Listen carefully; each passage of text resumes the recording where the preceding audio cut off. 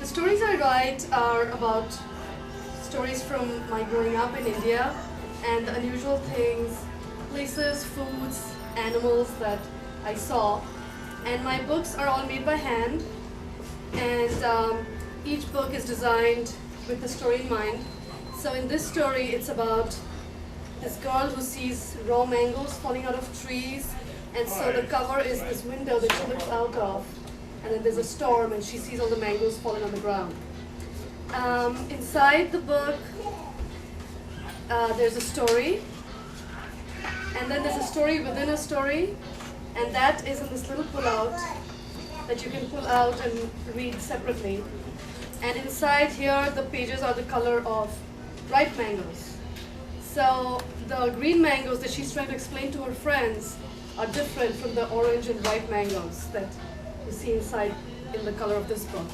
I'm going to read a little bit from the main story and a little bit from the insert from the story within a story, which is in first person.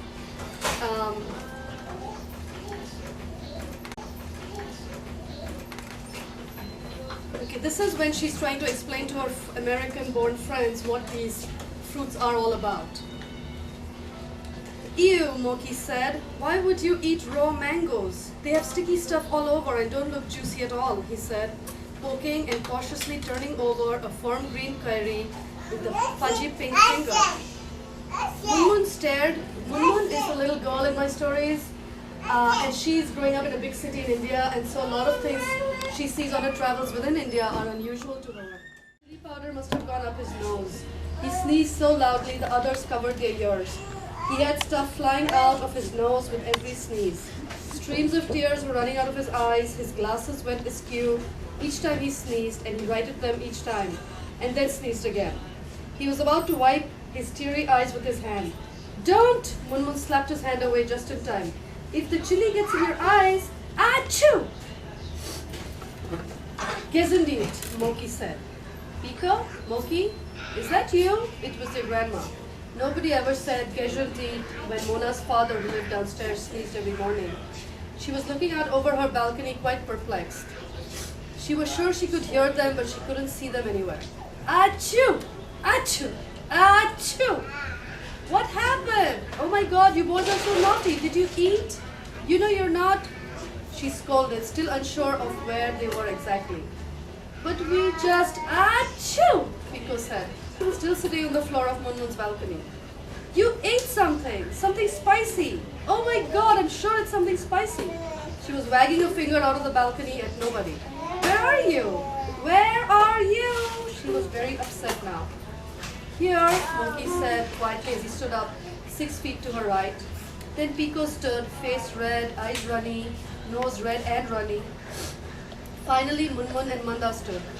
Munmun, the boy's grandma shouted. What did you feed him? Kairi, she said quietly. Just kairi? The grandma was suspicious. With salt and chili powder, Munmun mumbled.